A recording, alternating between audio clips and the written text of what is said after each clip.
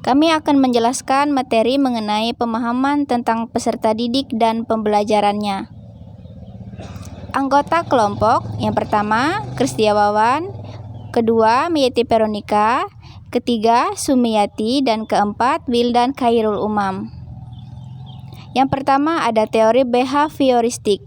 Teori belajar behavioristik adalah teori belajar yang mengedepankan perubahan perilaku siswa sebagai hasil proses pembelajaran.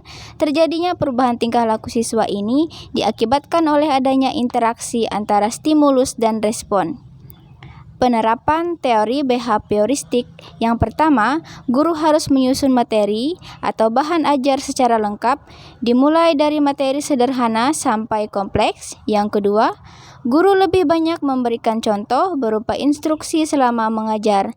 Yang ketiga, saat guru melihat ada kesalahan, baik pada materi maupun pada siswa, maka guru akan segera diperbaiki. Yang keempat, guru memberikan banyak drilling dan latihan agar terbentuk perilaku atau pembiasaan seperti yang diinginkan. Yang keenam, evaluasi berdasarkan perilaku yang terlihat. Yang ketujuh, guru dituntut memiliki kemampuan memberikan penguatan baik dari sisi positif dan negatif. Teori sosial kognitif. Teori belajar kognitif memandang bahwa tingkah laku seseorang ditentukan oleh persepsi serta pemahamannya tentang situasi yang berhubungan dengan tujuan belajar. Teori sosial kognitif berfokus pada kegiatan belajar dengan pengalaman langsung. Melalui pengamatan ini, orang tersebut akan mengembangkan harapan-harapan tentang apa yang akan terjadi jika ia melakukan perilaku yang sama dengan sang model. Penerapan teori sosial kognitif. Yang pertama, minta siswa untuk merefleksikan pengalaman mereka melalui pembuatan jurnal atau laporan harian tentang kegiatan apa saja yang mereka lakukan. Yang kedua, mendorong diskusi berdasarkan apa yang diajarkan dengan meminta siswa untuk menjelaskan materi pembelajaran di depan kelas dan ajak siswa lainnya untuk mengajukan pertanyaan.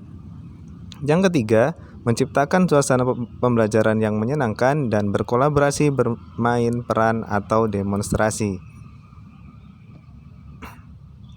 Penerapan teori sosial kognitif. Yang keempat, membantu siswa menemukan solusi baru untuk suatu masalah untuk mengembangkan cara berpikir kritis. Yang kelima, minta siswa untuk memberikan penjelasan tentang ide atau pendapat yang mereka miliki. Yang keenam, membantu siswa dalam mengeksplorasi dan memahami bagaimana ide-ide bisa terhubung. Yang ketujuh, meningkatkan pemahaman dan ingatan siswa melalui penggunaan visualisasi dan permainan dalam menyampaikan materi.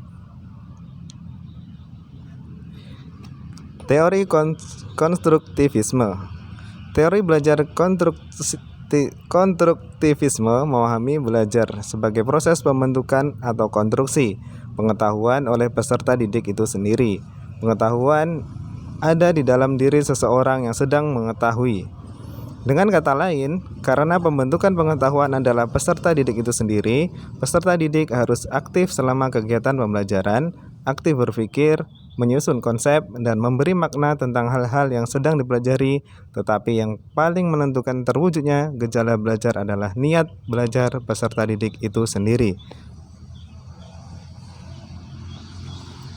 Penerapan teori konstruktivisme yang pertama yaitu mencari tahu apa yang sudah siswa ketahui dan pikiran terkait pelajaran dengan memperbanyak komunikasi. Yang kedua, menciptakan rasa ingin tahu siswa melalui pertanyaan dan penelitian. Yang ketiga, memberikan kesempatan bagi siswa untuk menyampaikan ide dan gagasannya. Yang keempat, memahami metode belajar apa yang paling sesuai dengan kebutuhan siswa. Yang kelima, melibatkan siswa dalam berbagai kegiatan di kelas, seperti diskusi atau presentasi. Model-model pembelajaran yang terbentuk berdasarkan prinsip konstruktivisme yaitu dalam pembelajaran kooperatif, model belajar penemuan atau inquiry, model jigsaw, kooperatif scripting, dan model investigasi kelompok. Yang pertama, model inquiry. Menemukan merupakan kegiatan inti dari CTL. melalui upaya menemukan akan memberikan penegasan bahwa pengetahuan dan keterampilan serta kemampuan-kemampuan lain yang diperlukan bukan dari hasil mengingat seperti fakta-fakta, tetapi merupakan hasil penemuan sendiri. Kegiatan pembelajaran yang mengarah pada upaya menemukan telah lama diperkenalkan pula dalam pembelajaran inquiry. Yang kedua, model jigsaw. Pembelajaran kooperatif model jigsaw ini mengambil pola cara bekerja sebuah gergaji atau zigzag, yaitu siswa melakukan suatu kegiatan belajar dengan cara bekerja sama dengan siswa lain untuk mencapai tujuan bersama. Yang ketiga, kooperatif script. Hadi dalam Maryani dan Nurfaika mengatakan kooperatif script adalah kontrak belajar yang eksplisit antara guru dengan siswa dan siswa dengan siswa. Mengenai cara-cara berkolaborasi, penggunaan model ini, siswa dapat bekerja atau berpikir sendiri, tidak hanya mengandalkan satu siswa saja dalam kelompoknya.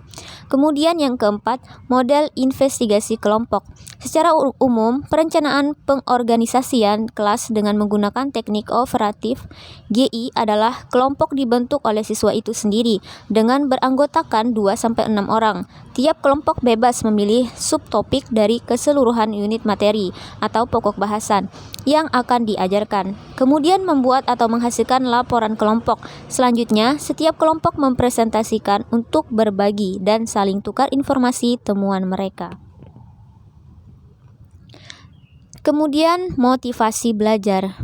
Menurut Kompri, motivasi belajar merupakan segi kejiwaan yang mengalami perkembangan, artinya terpengaruh oleh kondisi fisiologis dan kematangan psikologi siswa.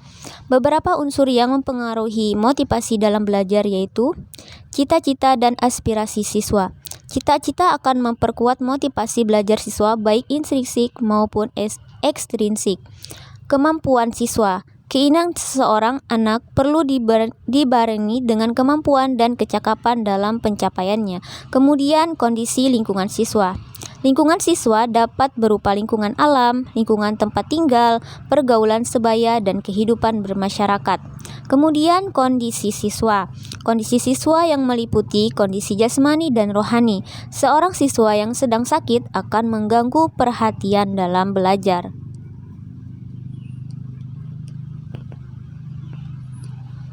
Selanjutnya ada beberapa contoh terkait dengan masalah-masalah dalam motivasi. Yang pertama itu ada Tania, 7 tahun, memiliki kemampuan rendah dan keinginan yang rendah untuk sukses.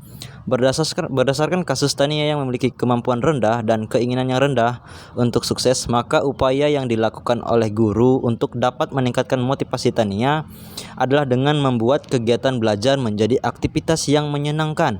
Misalnya sebelum belajar ajak siswa untuk menyanyi atau melakukan permainan-permainan edukatif yang membuat siswa merasa sudah siap untuk menerima pelajaran, bukan belajar karena terpaksa. Memberikan motivasi positif kepada siswa juga dapat dilakukan dengan cara berkolaborasi dengan mendatangkan tokoh sesuai dengan profesinya. Misalnya guru dapat menghadirkan tokoh-tokoh masyarakat, contohnya dokter, polisi, pemadam kebakaran, dan sebagainya. Dengan upaya kolaborasi tersebut, diharapkan motivasi yang dimiliki oleh Tania untuk sukses meningkat menjadi lebih tinggi.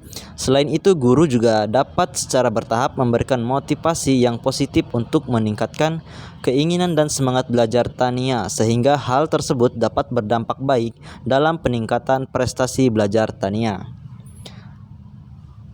Selanjutnya, Samuel umur 10 tahun yang bekerja keras untuk menjaga harga dirinya pada tingkat tinggi tetapi memiliki rasa takut akan gagal yang kuat. Pada kasus ini, yang dialami oleh Samuel umur 10 tahun yang bekerja keras untuk menjaga harga diri pada tingkat tinggi tetapi memiliki rasa takut akan gagal yang kuat. Ini adalah salah satu tugas kita sebagai seorang guru atau orang tua untuk mendorong motivasi bagi Samuel agar dia kembali memiliki rasa percaya diri yang baik. Guru atau orang tua harus mampu membangun hubungan yang baik dengan Samuel, sehingga guru atau orang tua dapat dengan optimal membangun motivasi dalam diri Samuel dengan cara memberi motivasi dan dorongan yang dapat memicu motivasi dalam diri anak tersebut. Selain memberi motivasi, guru atau orang tua juga dapat membangun pemikiran yang positif pada diri Samuel, karena pada dasarnya rasa takut yang dialami Samuel itu bisa dilawan dengan cara berpikir positif. Bangun pemikiran dalam diri Samuel agar tidak takut gagal, karena kegagalan adalah sesuatu yang belum berhasil. Namun, dalam arti sebentar lagi akan berhasil, kedepannya kegagalan bisa dirubah menjadi suatu keberhasilan. Tidak ada yang namanya kegagalan kecuali Anda yang belum berhasil. Dengan berpikir positif dan optimis akan membuat anak semakin tinggi rasa percaya diri dan anak berani melakukan tindakan nyata. Namun demikian, berpikir positif terkadang tidak cukup untuk mengatasi rasa takut gagal secara baik, efektif dan efisien. Tidak selamanya berpikir positif itu baik kalau tanpa disertai perhitungan matang sehingga bisa dibarengi dengan motivasi. Selanjutnya ada Sandra umur 13 tahun yang tenang di kelas dan meremehkan keterampilan orang lain atau keterampilan mereka. Berdasarkan kasus tersebut dapat diketahui bahwa Sandra adalah siswa yang tenang. Akan tetapi di balik sikap tenang yang dia miliki, dia dapat berperilaku untuk meremehkan keterampilan mereka. Mereka yang dimaksud dalam kasus ini adalah peserta didik yang berada di satu kelas dengan Sandra. Dari kasus tersebut dapat kita telaah bahwa Sandra memiliki motivasi yang rendah dalam menghargai orang lain. Motivasi yang dapat diberikan sebagai guru untuk meningkatkan motivasi Sandra dalam menghargai orang lain yaitu dengan cara memberikan motivasi berupa bimbingan secara bertahap dalam bentuk perkataan, diskusi, atau pesan yang mengajak siswa tersebut untuk tidak meremehkan orang lain. Misalnya, ketika guru memberikan bimbingan kepada Sandra, guru mengajak Sandra untuk berdialog atau berdiskusi tentang bagaimana sikap bertoleransi, bagaimana contoh dalam menghargai orang lain. Kemudian apa yang dapat kita peroleh dari menanamkan sikap yang baik dan tidak meremehkan orang lain. Dengan cara demikian, guru secara perlahan dapat membentuk sikap rendah hati, rasa kepedulian, serta menghormati terhadap sesama yang ada pada pribadi Sandra. Yang keempat, ada Robert umur 16 tahun yang menunjukkan sedikit minat di sekolah dan saat ini tinggal bersama dengan bibinya. Berdasarkan permasalahan Robert adalah permasalahan yang muncul dalam keluarga, tidak adanya komunikasi dengan orang tua dan kurangnya perhatian terhadap anak secara tidak langsung memengaruhi kondisi baik psikis dan fisik siswa. Tidak jarang beberapa siswa mengalami gangguan perkembangan sebagai dampak dari terjadinya broken home, tindakan-tindakan yang cenderung negatif. Juga biasanya menjangkit anak-anak yang memiliki keluarga yang broken home, kesendirian dan keterasingan terhadap keluarga dan lingkungan memicu mereka mencari pelampiasan lain agar mereka menjadi pusat perhatian ataupun membuat diri mereka merasa tenang. Dan akhirnya akademik siswa menjadi terganggu dan mengakibatkan menurunnya nilai dan juga motivasi belajar siswa.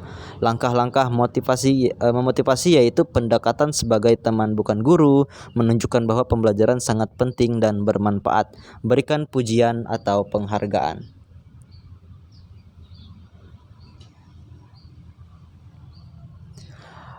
Demikian presentasi dari kelompok kami. Kami ucapkan terima kasih.